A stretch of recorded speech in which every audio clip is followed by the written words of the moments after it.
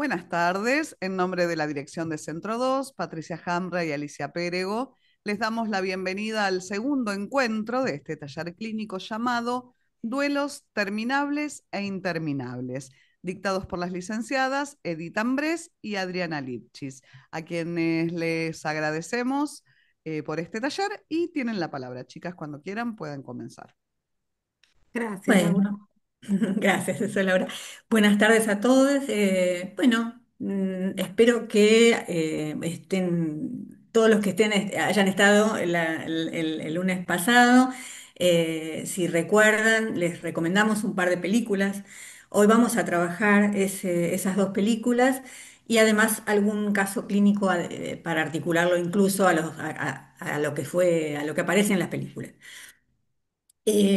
Bueno, voy a empezar trabajando con la película Aún estoy aquí, la película brasileña. No sé si la vieron, bueno, espero que sí. Igual vamos a hacer un breve comentario como para ponerlos en tema. Bueno, en esta película, entre otras cuestiones, lo que podemos encontrar es justamente la imposibilidad de hacer un duelo, de dar por perdido lo perdido. Cuento un poquito de qué va. El diputado Rubens Paiva es secuestrado por las fuerzas militares durante la dictadura que gobernó Brasil en ese tiempo. Como muchos más en ese periodo, es torturado y asesinado, aunque las autoridades sostienen que se escapó. Esto está basado en un caso real, ¿sí? Bueno, Eunice, su esposa, no deja de buscarlo con gran tenacidad. No está dispuesta a darlo por muerto. En este caso, no se trata de una dificultad inherente a su estructura psíquica, sino que justamente en ella este es un modo de resistencia políticamente hablando. Pero lo tomamos porque lo que se manifiesta es un modo más de abordar el encuentro con la pérdida. Es lo que ocurre en estos casos. Bueno, en nuestro país tuvimos también esta terrible experiencia. Eunice se enfrenta a todo tipo de situaciones terribles. Hay momentos en la película que hablan fuertemente de esa tenacidad por mantenerlo vivo, incluso cuando ya sabe que está muerto, pero no puede decirlo. Tiene que vivir como si siguiera buscando su aparición.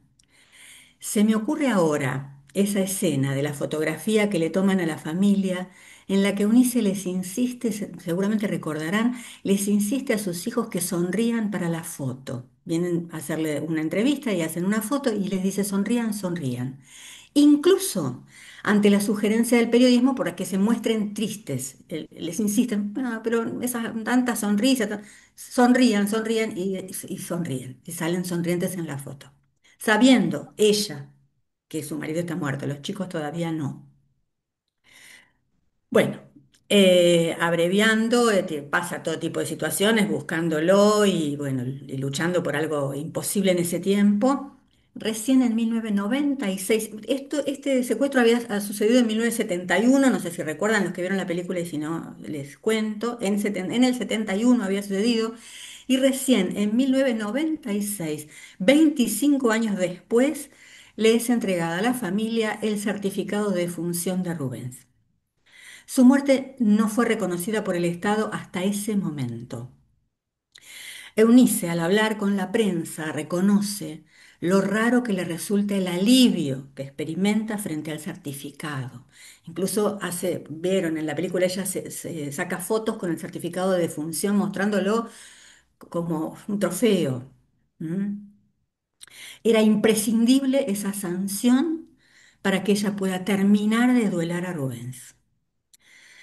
Y la escena que nos habla concretamente del carácter singular de cada duelo es aquella cuando, seguramente recuerdan, Babiú y Marcelo, los hijos más chicos, los más chiquitos que en ese momento ya son grandes, mirando fotos familiares, ya sancionada la muerte de su padre, tienen este diálogo. Babiú le pregunta, ¿cuándo lo enterraste? ¿A qué te refieres? Le dice Marcelo. Babiú, el día en que te diste cuenta que no iba a volver. Y Marcelo dice, creo que fue cuando vi a mamá donando su ropa. Creo que fue un año y medio después. ¿Y vos?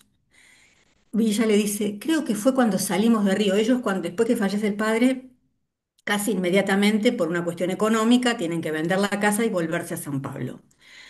Dice, creo que fue cuando salimos de Río y él le dice, ¿tan pronto? Sí, ver la casa vacía, dice ella. Bueno, cada quien ahí pudo hacerlo en un momento determinado. No hubo un entierro que los ayudase a hacerlo juntos, entonces cada quien cuando pudo. Digo, ante la falta de una sepultura, cada quien enterró como pudo, cuando pudo, subjetivamente. ¿Mm? Silvia Amigo, en su libro Clínica de los fracasos del fantasma, alude a lo que justamente acontece frente a la falta del rito funerario. La cito. El rito funerario conecta al objeto amado con el hueco de la falta en la estructura. Esto es, conecta al A, al pequeño a, con el hueco de menos phi. De faltar el rito, A revoloteará sobre la escena como un alma en pena sin poder caer por el hueco fosa que al tiempo que le otorga su pasaje fálico, brillo agalmático y dignidad, permite recién entonces anotarlo como perdido. La película se basa en el libro que escribe y publica Marcelo, el hijo de Rubens. Ese es el recurso que encuentra Marcelo para seguir la tramitación del duelo. La escritura de ese libro lo ayuda a poder tramitar. Como dice Silvia Amigo en ese mismo texto, en Fracaso del Fantasma y Polis, escrita una historia puede pasar al inconsciente, puede no estar siempre presente como alma en pena, como pesadilla de la que no es posible despertar. Para poder llegar a algún olvido o represión posible es prerequisito el haber podido escribir esta letra. En este caso se trata de escribir un libro, pero digo, habla de la marca simbólica en aquello que ocurrió. Hace muchos años tuve la oportunidad de atender a una paciente cuyo padre fue desaparecido por la última dictadura militar. Yo acá te voy a pedir, Laura, si podés cortar la grabación para que pueda hablar del caso clínico. ¿Cómo no? Pauso la grabación. Bien, tanto en la película como en el caso clínico encontramos justamente los efectos inhibitorios o melancolizantes incluso que produce la falta del rito funerario, la no sanción del deceso. Casos en los que no se sanciona la muerte son desaparecidos. Esto claramente impide la tramitación de un duelo. Una forma más, digo, hay muchas, ¿no? Pero bueno, me parecía que dejar por fuera estas situaciones, que fueron situaciones que se dieron en la Argentina, en Brasil, se dieron lamentablemente en toda la región y que, bueno, producen esto. Así que bueno, ahora sí, después de este momento tan duro, pasamos a otro tipo de duelo, ya no es de muerte, son otras cosas. Le paso la palabra a Edith para que trabaje la otra película. Gracias, Adri, por la palabra y hermoso, el caso hermoso y duro, ¿no? El caso que traes. Mm, ujú. Eh, bueno, yo en la clase pasada, que nuestro título era duelos terminables o interminables, lo había puesto en singular y hablaba solo del duelo. Esta vez puse, sin pensarlo, digo, fue algo inconsciente, duelos terminables e interminables, y me parece que es algo de esto, ¿no? Como hablando de diferentes duelos que se producen y apuntando en que siempre en el duelo lo que aparece es lo singular de cada sujeto al poder realizar ese duelo o no. Y entonces, hablando de diferentes duelos, hay duelos apresurados, como el de Gertrudis, madre del príncipe de Dinamarca, Hamlet, quien después de la muerte de su esposo, el rey de Dinamarca, se casa rápidamente con su cuñado Claudio, cuñado que en primera instancia Gertrudis no sabía, pero es el que le había matado a su esposo. Shakespeare en relación a este duelo apresurado lo dice de este modo. Oh festines ahorrativos, los manjares del sepelio sirvieron fríos para las mesas de la boda. Es decir, aquella comida caliente que se usó para el velorio, para el rito funerario del rey, al otro día es jamón para la boda de Gertrudis. Gertrudis, en ese duelo apresurado, hace rápidamente a rey muerto, rey puesto. Hay duelos detenidos que inhiben el acto del sujeto, como el de Hamlet, que trabaja, yo les decía el lunes pasado, Lacan lo trabaja mucho a Hamlet en esto de la inhibición de su deseo, ¿sí? Precisamente en el seminario 6 del deseo y su interpretación. Hay duelos suspendidos que reclaman justicia, como el de Antígona en su lucha desesperada por dignificar el cuerpo muerto de su hermano Polinice, a quien Creonte era el tío, no permitía darle digna sepultura. Insisto con la palabra digna y dignificar, porque precisamente que les demos sepultura a nuestros muertos es lo que nos diferencia de los animales. Por eso la lucha desesperada de Antígona al querer darle digna sepultura a su hermano muerto. Digna sepultura de nuestros muertos para luego poder realizar los ritos funerarios necesarios para la tramitación del duelo. Así como sucede en esto que cuenta Adriana en la película Una estoy ahí, aquí y en este duelo detenido también de esta paciente por algo que excede al proceso de duelo singular de cada sujeto, ¿no? Si no hay un cuerpo ni siquiera para hacer algún rito funerario, ¿no? Porque hoy por hoy en la actualidad uno escucha mucho que son pocos los cuerpos que se entierran, pero bueno, esto de la cremación y de las cenizas también Ujú. implica un rito que se hace en relación a, bueno, alguna tramitación posible de ese duelo. Bueno, y si no ocurre, también estamos ante el detenimiento o ante esos duelos patológicos, como diría Freud. Y ahora sí paso a la película Vidas Pasadas, eh, y dejo abierta la pregunta, bueno, se trata de un duelo, evidentemente, porque por eso la vamos a trabajar, pero bueno, nos permite pensar esta película a partir del final de qué duelo se trata, ¿no? De qué duelo se trata ahí. Voy a relatar bastante la película por si no la vieron. En la primera escena aparecen tres personas adultas, dos de ellas con rasgos asiáticos, un varón y una mujer, y una tercera persona con rasgos occidentales que es un varón. Están los tres en la barra de un bar conversando.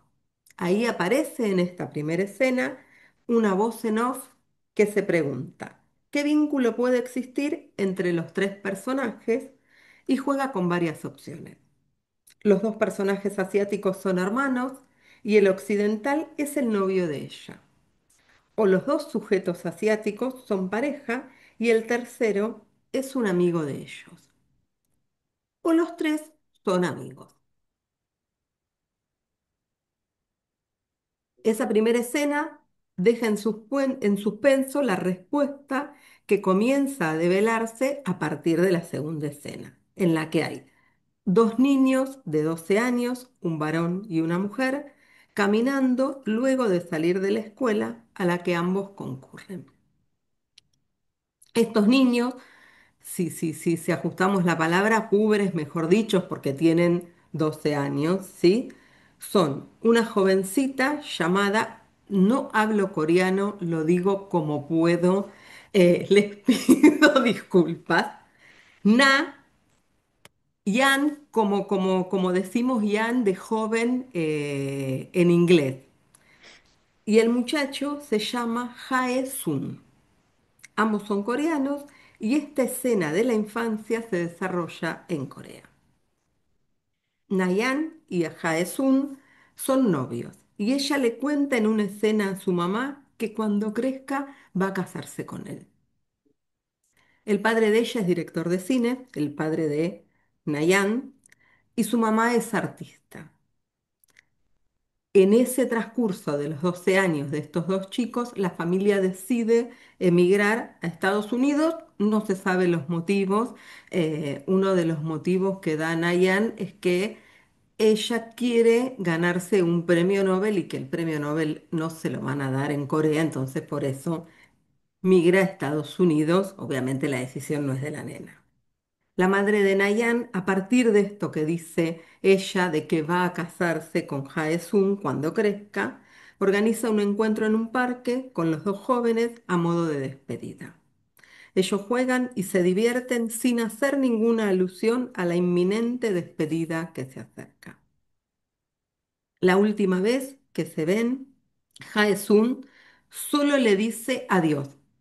Para en un momento, se despiden como todos los días. Ella sube las escaleras para su casa, él la llama y le dice adiós. Y ella le hace y sigue caminando. Despedida fría, con una sola palabra y sin ninguna manifestación de afecto de por medio. 12 años después, aquellos jovencitos de 12 años, que ahora tienen 24, se reencuentran. Él siguió viviendo en Corea y ella ahora vive en Nueva York. Nayun, a partir de que se va a Nueva York, cambia su nombre y ahora se llama Nora Moon. Nora Moon como luna en inglés. Jugando por Facebook con su mamá, en algún momento, así como diciendo, ¿te acordás de aquel? ¿Te acordás de aquel? ¿Te acordás de aquel?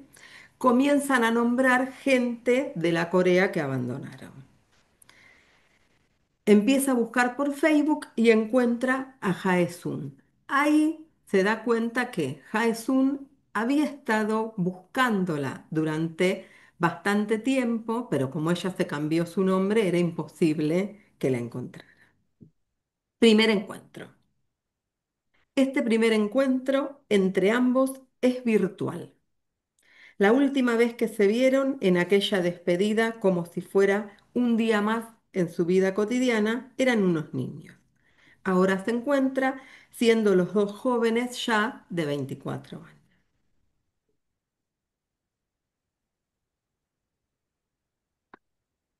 Se suceden varias charlas durante algún tiempo por Skype en las que hablan de sus proyectos, de sus vidas actuales. Quieren verse nuevamente. Ella le dice, ¿a vos cuánto tiempo te llevaría venir a visitarme a Nueva York? Y él le dice, y más o menos año y medio. Entonces él le dice, bueno, ¿por qué no hacemos al revés? ¿Por qué no venís vos para Corea, no? Y ella le dice, bueno, yo más o menos un año, ¿sí? Entonces, eh, esta imposibilidad de ese encuentro en presencia que no se produce porque ninguno de los dos tiene los recursos económicos para afrontar semejante hazaña, finaliza la relación que venían teniendo hasta el momento. Ella le dice que prefiere entonces que si no se van a poder ver, que no se vean más. 12 años después de esta primera despedida que se produjo en Corea, la primera, hay algo de los dos que los vuelve a unir y nuevamente la distancia los separa.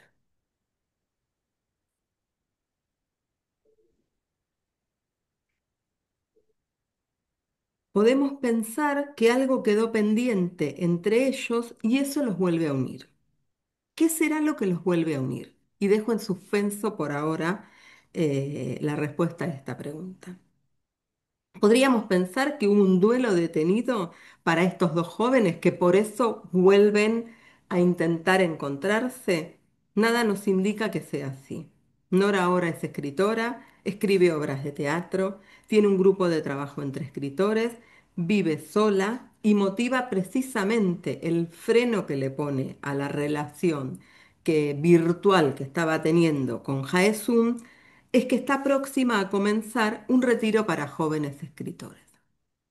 Por su parte, Jaesun estudia ingeniería, tiene un grupo de amigos con los que sale y otro grupo de amigos con los que comparte sus estudios. Aún vive con los padres.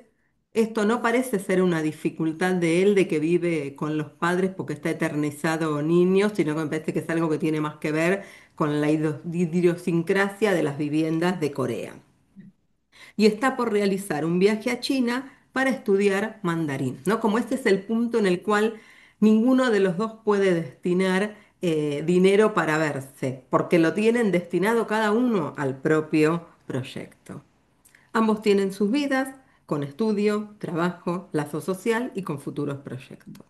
Los dos pudieron continuar con sus vidas, no aparece detenimiento ninguno en relación a su deseo. Digo esto de detenimiento en relación a su deseo porque lo que se ve, si hay algo del duelo que está detenido, es que no se puede avanzar en relación al deseo, ¿no? Adriana decía este de quedar eternizada niña a partir de ese duelo no tramitado. No es lo que pasa con ninguno de estos dos jóvenes. Segundo encuentro. Jaesun va a visitar Nueva York y contacta a Nora para verse, que se ve que tenían algún tipo de intercambio por alguna red social. 12 años después de aquel primer encuentro virtual. Los jóvenes ahora son adultos y tienen ya 36 años. Jaesun ya es ingeniero, tuvo un noviazgo que terminó recientemente. Nora se casó con Arthur, escritor también, a quien conoció en el retiro para escritores. Nora y Jaesun se encuentran. Charlan de los que fueron, de los que son, de esa primera despedida de los 12 años, del intento fallido de encuentro después del acercamiento virtual y del futuro de ambos. Y acá voy a utilizar un término de vuelta, lo digo en el castellano que puedo. En la película aparece un término que es in-yun, Y-U-N-G, ¿sí? Que es nombrado en primera instancia por Nora. Y dice, es un término coreano que habla de la providencia, del destino, de las reencarnaciones, de las vidas pasadas que le da nombre a la película. In-yun dice que es el que hace que dos perfectos desconocidos se encuentren en la vida. Incluso dicen que, no me acuerdo ahora si era 80.000 o 90.000 veces, no sé cuántas veces uno tenía que reencontrarse con otro y si se daba el número de que se reencontraban, bueno, con ese se casaban. Me excede la providencia, las vidas pasadas, las reencarnaciones y todo eso. Y entonces pregunto. ¿Cómo podríamos pensar lo enigmático de ese encuentro entre dos desconocidos, nosotros psicoanalistas? Nosotros psicoanalistas nombramos con la misma letra A minúscula, ¿sí? Letra del álgebra lacaniana, nombramos con la letra A minúscula al objeto A, causa de deseo, y también nombramos con la letra A minúscula cuando hablamos del otro con minúscula, del semejante, ¿sí? ¿Por qué? Se confundió Lacan, no se dio cuenta y usó la misma letra de su álgebra para nombrar dos cuestiones distintas. No, porque precisamente, y esto es en respuesta a cómo podemos pensar nosotros psicoanalistas este in Jung, porque precisamente aquellos otros que son significativos para nuestra vida contienen ese objeto A que causa nuestro deseo, ¿sí? Esto es lo que nosotros podemos decir de qué hace que dos personas perfectamente desconocidas se encuentren en determinado momento de la vida. Te los digo de otro modo, Freud lo dice de otro modo. Freud en Introducción al Narcisismo dice que lo que uno ama en el otro es al que uno fue, al que uno es o a lo que uno será. Lo que se ama en el otro es algo que tiene que ver con uno mismo. Por eso todos y absolutamente todos, nosotros también, a pesar de que somos psicoanalistas, cuando estamos sentados en el sillón del analista atendiendo, somos también personas. Por eso cuando uno se enamora de una persona, siempre está esto, ay, pareciera que lo conociera de toda la vida. Bueno, porque tiene algo de uno ahí puesto. Y retomo el relato de la película. Vuelve la primera escena en la que están Jaesun, Nora y Arthur en el bal. Este es el momento donde primero salen Nora con Jaesun y él en algún momento le dice que lo quiere conocer a Arthur, Arthur también lo quiere conocer a él, y a partir de ahí se encuentran en ese momento en el bar.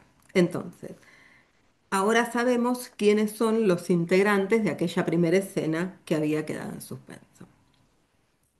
Jaesun va por unos días, poquitos días por los que va a Nueva York. Y entonces, una nueva despedida se produce entre Nora y Jaesun. Todo pareciera indicar que esta va a ser la última despedida. Luego de la partida del coreano de Jaesun, Nora vuelve a los brazos de Arthur y llora desconsoladamente. A partir de esta escena podemos pensar a precoup de qué se trata en ese llanto y qué es lo que sucedió, al menos para Nora. ¿Qué llora Nora en ese llanto? Llora eso que de ella se fue con el otro. Llora esa parte de ella que se pierde, esta vez con el objeto. Recuerdan que en la clase pasada leímos aquello que dice Freud, y cito textual como lo dice Freud, es que cada uno de esos seres queridos era un fragmento de su propio yo, de su amado yo. Eso que con el objeto se pierde formaba parte de su amado yo, de su preciado yo.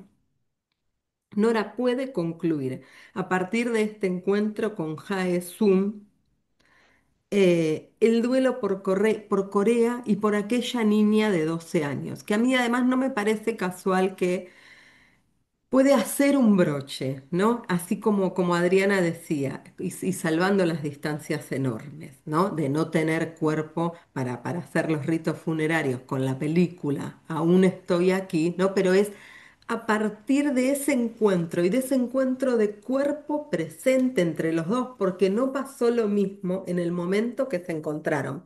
Virtual, yo creo que porque hubo algo de la virtualidad ahí que dejó fuera de escena los cuerpos y también porque estaban en otro momento, evidentemente, estos jóvenes, ¿no? Como permite que ahí se dé la última vuelta que permite cortar eso del duelo. Es a partir de ahí que se puede dar por perdido eso perdido.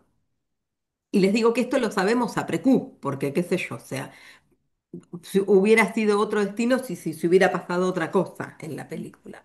Finaliza en este último encuentro, en esta última vuelta, da por perdido ese tiempo perdido. Nora pierde a partir de este duelo aquello que de ella se fue con el otro.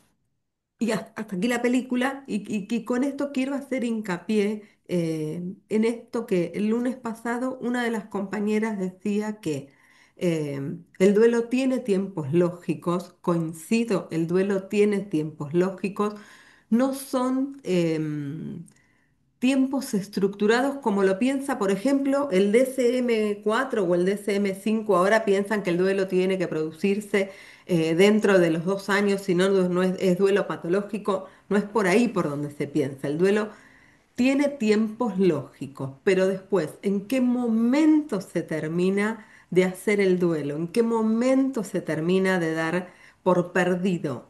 Eso perdido es singular de cada sujeto, ¿no? Me parece que la película trae como hubo algo que estos personajes, insisto, no fue un duelo patológico, no quedaron detenidos en relación a su deseo, pero hay algo, al menos para ella, que a partir de ahí puede poner un broche final a eso que de ella quedó en Corea y para mí también tiene que ver con que hay algo que se duele en esa niña de 12 años, hay algo de la infancia que ahí se pierde. Bueno, hasta aquí. Si quieren, abrimos espacio para, Comentarios, para eso, preguntas. preguntas, Ujú. sí. Esto del tiempo, de los tiempos, me parece, bueno, tanto en la película coreana como en la película brasileña aparece, aunque son completamente diferentes, también en estos hijos que se preguntan, ¿vos cuándo lo enterraste? Digo, ahí también, bueno, cada quien en otro momento y con otra, Ujú, subjetivamente, bueno, cada quien enterró cuando pudo, sí. ujú. Ujú. Si quieren hacer alguna pregunta. A mí me hacía acordar, en realidad es más una relación. Hay una frase de una serie que yo miré que dicen, bueno, ¿qué es el duelo si no es el amor persistiendo? Y a mí me hacía pensar cuando vi la película, cuando vi Vidas Pasadas, Sí, ellos hacen mucho este paralelismo, además, en ciertos momentos de ellos parados mirándose, siendo adultos a los 30 y pico, con la misma situación cuando se despidieron cuando eran niños. Eh, y yo había pensado lo mismo, bueno, como la película ya se siente como un cierre cuando se despiden, como algo ahí que termina de culminar. Y como también podíamos pensar, bueno, que igualmente todo ese tiempo había algo entre ellos que no terminaba de elaborarse o de lo que sea. Siento que la película juega muy bien con eso. Me mm. pareció excelente, muy buenas recomendaciones, la verdad. Y me ¿Cómo, pareció cómo? también No te entendí, perdón, lo último. que fueron buenas recomendaciones de película. Me gustó mucho Vidas Pasadas, sobre todo. La otra, solo pude ver la mitad de la otra película. Eh, Me falta terminarla. Pero sentí también como que permitía pensar, bueno, Vidas Pasadas me hacía pensar en esto. Bueno, pensar en el duelo permite pensar también el lugar que tenía, lo que se está perdiendo. Y también esto de la dimensión de trabajo que hemos hablado. O sea, no costaría tanto. eh, de retirar, así decirlo, a nivel teórico del objeto o elaborar eso si no hubiera tenido un lugar importante. Y en ella también tenía que ver no solamente con lo que él era, sino con lo que él representaba. Bueno, Seúl, lo que hubiera sido para ella, Tal esto de cual. el peso que tenía en migrar. Así que Exacto. nada, Sí, sí. Sí, sí, y y sobre también para él. sí, Ujú. sí, tal cual. Y sobre todo porque la película me parece que lo que muestra, ¿no? Yo por eso hacía hincapié en aquello que la madre arma para que los dos chicos se despidan. Los dos chicos eran chicos, yo creo que no tenían dimensión de, ¿no? Como se despiden como cualquier otro día, ¿no? De, bueno, te vas a ir, estas cosas que los chicos no saben, cuánta plata sale, ir de un lugar al otro, en dónde están. No, y me parece a ver que cualquier pérdida en relación a los afectos, siempre hay alguien que decide, ¿no? En los encuentros virtuales, ella decide, bueno, hasta acá, si no nos podemos ver, yo prefiero que sea hasta acá. Y ahí alguien decide. En esa jugada del destino fue algo del orden de lo real, de lo que termina decidiendo en la primera despedida. Los chicos no decidieron que tenían que irse a vivir a otro lado, que eso me parece que también deja a que algo del recuerdo de eso permanezca idealizado, ¿no? Es ese amor de la primera infancia que Ujú. no prosperó porque probablemente si hubieran seguido juntos o estaban casados o algo hubiera pasado, ¿no? En alguno de los dos para que la relación se terminara. Esto me parece que la despedida permite que quede idealizado. Es ese primer em, lazo amoroso a esa edad, ¿no? A los 12 años, por eso insisto, son púberes, es donde comienzan a aparecer los caracteres sexuales secundarios, empiezan las preguntas en relación a la sexualidad, queda absolutamente idealizado. Entonces, por eso los dos fuertemente hay algo ahí que vuelven, ¿no? Y dos veces, no una, sino dos veces. Claro, claro. Sí, Aún estoy aquí, es muy linda, lo que pasa es que es muy dura, es dura, ¿no? es dura. Es muy dura, sí, Yo había, perdón, sí, había, sí. cuando vi la película, aún estoy aquí, no la encontré, pero Ajá, Vidas Pasadas, que me pareció muy hermosa, yo había leí, digo, también como una posibilidad en esa última despedida, ese llanto de ella, em, algo del orden, podría decirlo, lo digo mal, pero lo digo, como Sí. una caída de ficha, o como un inicio de duelo en relación a esa relación.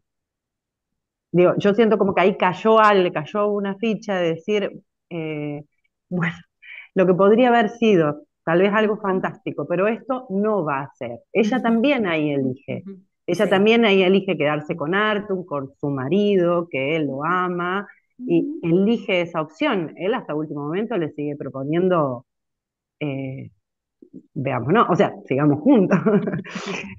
Hay una elección, pero no, no sin dolor, digo, ¿no? claro, No sin decir, esto me duele perderlo. Sí, al claro. objeto y todo lo que eso implica, pero bueno, encarnado en este muchacho, yo creo que hay algo del orden de tal vez este es el hombre de mi vida, lo voy a decir tontamente, ¿no? El amor de mi vida, pero bueno, tengo que elegir y yo ya estoy con Arthur y hace una elección, yo creo que también ahí el dolor viene por eso, por la historia, por supuesto, de ese objeto, ¿no? Pero hay algo ahí que cierra pero que se abre, no sé si se entiende, cierra en el sentido de que se despiden, Sí, pero se abre en el sentido de que yo entiendo, no sé, como que es una nueva etapa para ella, sí. porque hay algo ahí que cambió. No sé si vuelven a ver a los 12 años, al año, nunca más, pero hay algo ahí como que se Ya es cerró. otro momento, tal Ujú. cual, es verdad, es otro Sí. momento, sí. Y me parece que está bien como lo decís, ¿no? Como esto, de caída de ficha. Sí, Ah, ve, sí. por eso yo decía, es en ese momento donde se desprende, está bien eso de la caída de ficha. Hay algo ahí que a partir de ese encuentro puede darse por perdido para comenzar otra cosa, ¿no? Para que otro comienzo se produzca. Ujú. Sí.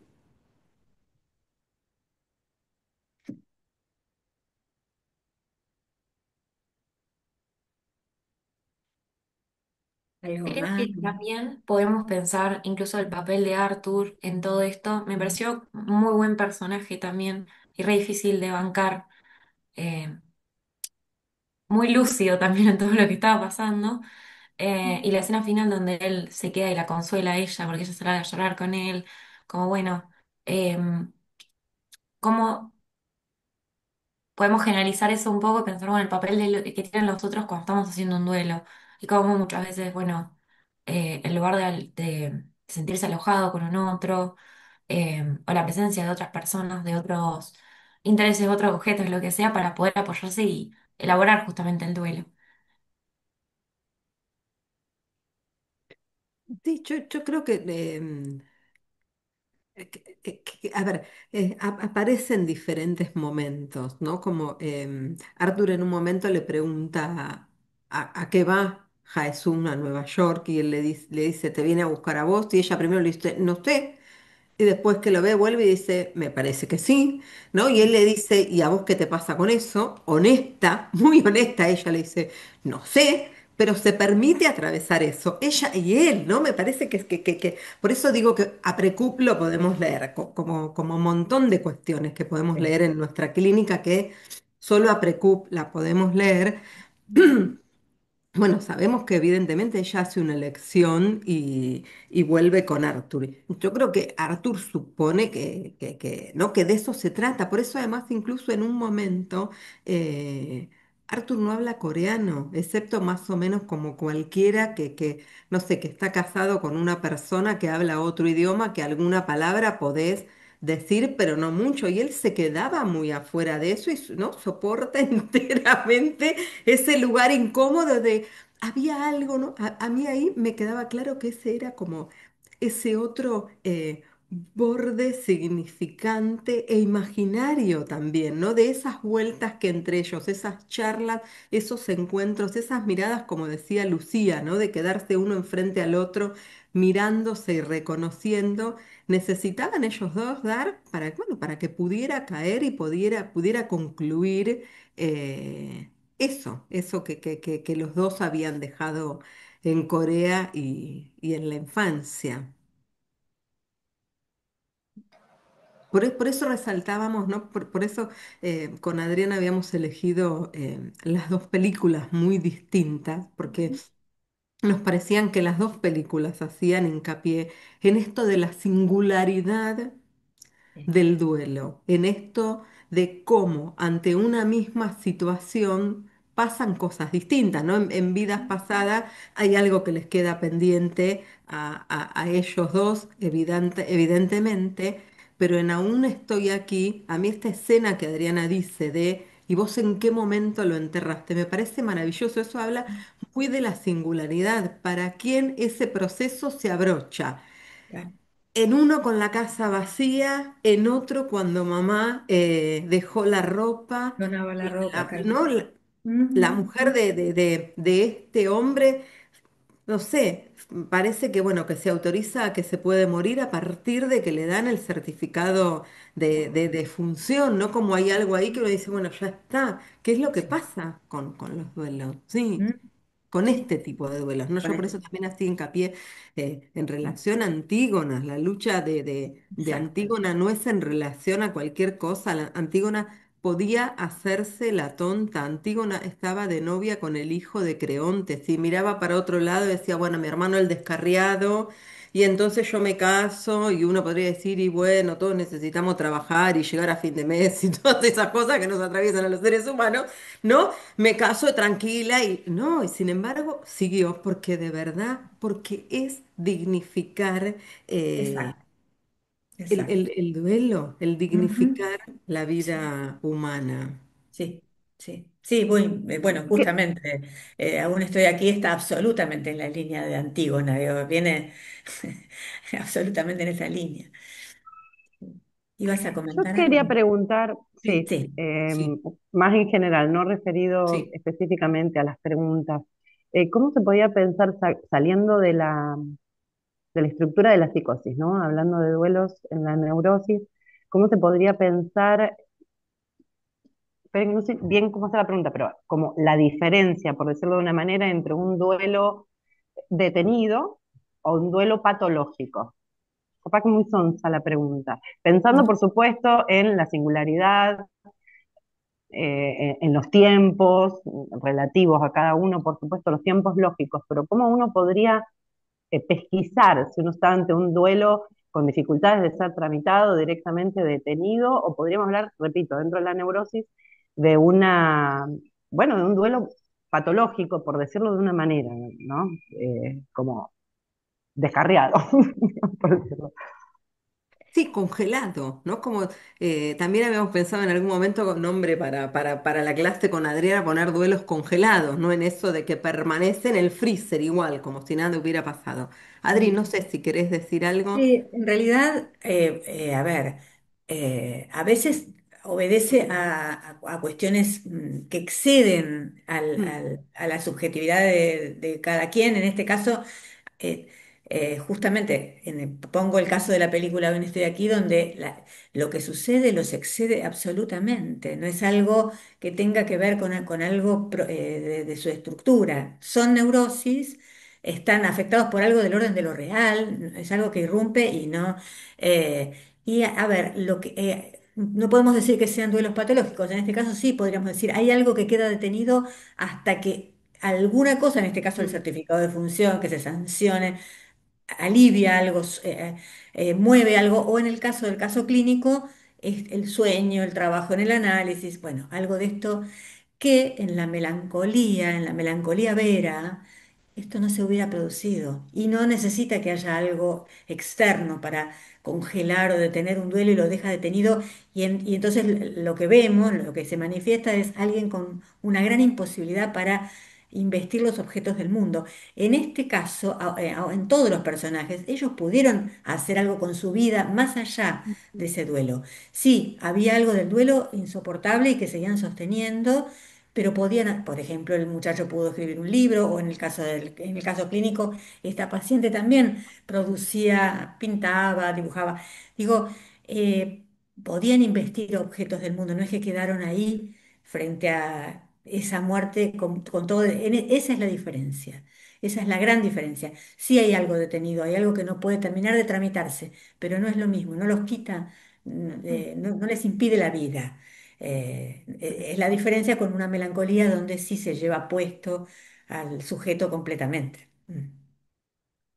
Y hay algo, a ver, hay algo del duelo, que si el duelo es patológico, yo de verdad lo pienso en relación al deseo. Digo, son esas vidas donde uno ve que se sucede todo exactamente lo mismo y no hay un nuevo comienzo, como vos decías, Griselda, ¿no? Como fue, sabemos todos nosotros psicoanalistas, Freud ya lo dice también en sus obras, que para conquistar algo nuevo no es sin perder otra cosa, ¿no? Como digo, me parece que en la película queda claro como esa pérdida se produce para dar un nuevo comienzo, ¿sí?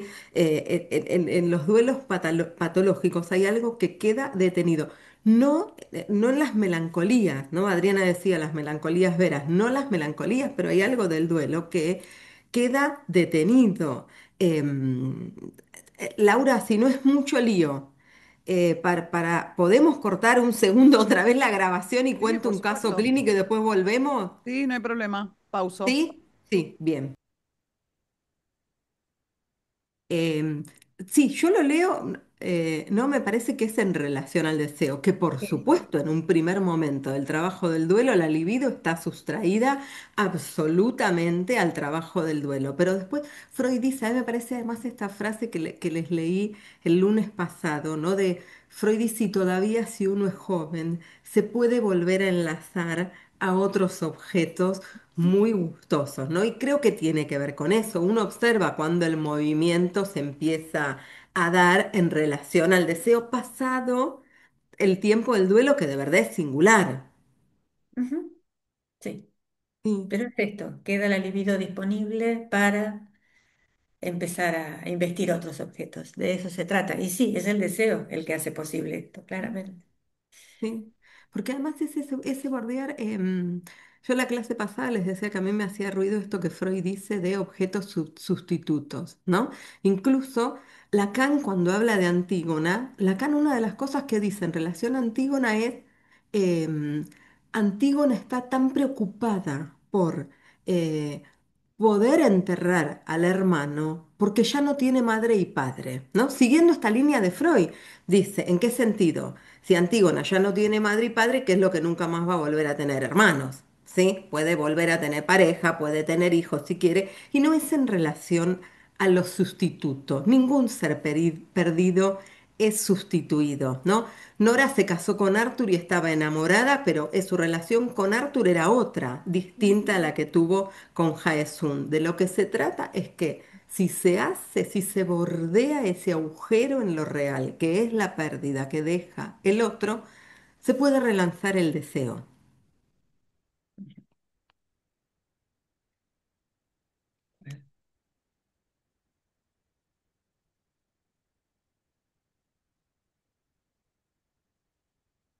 ¿Algo más que quieran decir?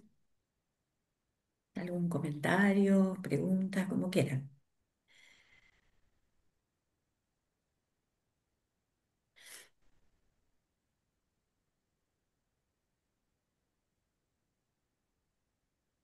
Bueno,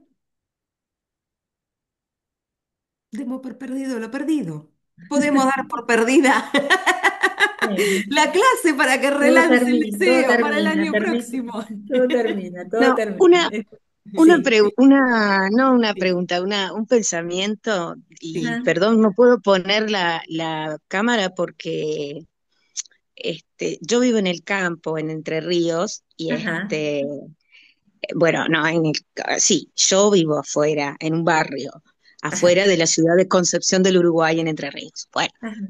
y si bien tengo fibra óptica, no me estaría funcionando cada vez Bueno, que pongo la cámara, se me no hay corta. problema, no hay Así que les problema. pido disculpas, Te No te escuchamos. pero preocupes, quiero, Mariana, que acá tenemos fibra óptica, un montón de otras cosas y también a veces se nos sí, corta, así que no pasa sí, nada. sí, totalmente. Yo lo sé, tengo dos hijas allá y cuando voy me pasa lo mismo. Pero bueno, nada, acá si pongo la cámara es un desastre. Y la verdad es que me pareció fantástico cómo trabajaron este tema. Me gusta mucho todo, todo, todo. Y quiero contarles, nada más, por eso les decía que cuando dijeron hemos terminado por terminado, porque no creo que termine, porque además es algo que no termina, un tema humanamente interminable, pero lo compartí mucho precisamente con personas que están atravesando situaciones de duelo, Ajá. no por muerte, sino por otras situaciones. Entonces, eso eh, me parece fantástico porque a todos les pude decir lo siguiente, está preparado, está hablado, está expresado y está dirigido a cualquiera. O sea, no es necesario que seas psicoanalista, que conozcas a Freud, que conozcas, bueno, ponerle que a Freud sí, pero que conozcas la teoría. No, nada de esto. Simplemente escuchá porque te va a servir para la vida y el momento en que estás viviendo. Y bueno, y eso, nada, quiero agradecérselos porque me parece fantástico, realmente, Bueno, realmente. bueno, gracias Era por eso. compartir esto, por decirnos esto. Está buenísimo haberlo escuchado y qué bueno que sea así. Y es que es así, fue así y eso por eso necesitaba decírselos, porque realmente es así. Y he tenido una devolución que me han dicho, gracias, porque realmente lo que dijiste fue así. Entonces, más aún, se los tenía que decir. Felicitaciones, chicas. Me Ay, encantó. gracias, Gracias Mariana. Genial, por el genial. piropo, Mariana, qué amorosa. No, no, Sí. es que es verdad. Es verdad. Bueno, qué lindo, qué lindo. Gracias, Gracias gracias. a vos.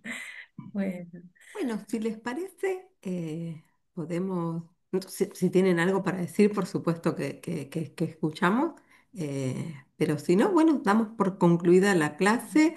eh, les gracias. agradecemos la Sí, participación y bueno, esperemos que así como Mariana también les haya servido, gustado y bueno, seguramente en otras ocasiones volveremos a encontrarnos. Bueno, Así que muchísimas muchas gracias a gracias. ustedes, Muchísimas chicas, y gracias. Me gustó un montón, Muchas gracias. gracias. Nos encontraremos en otro momento. En bueno, Gracias. otros gracias a todos espacios. por participar. Chao. Gracias, muchas Edith. Gracias, un gracias, ¿eh? placer. Gracias, chao, chao. Chao.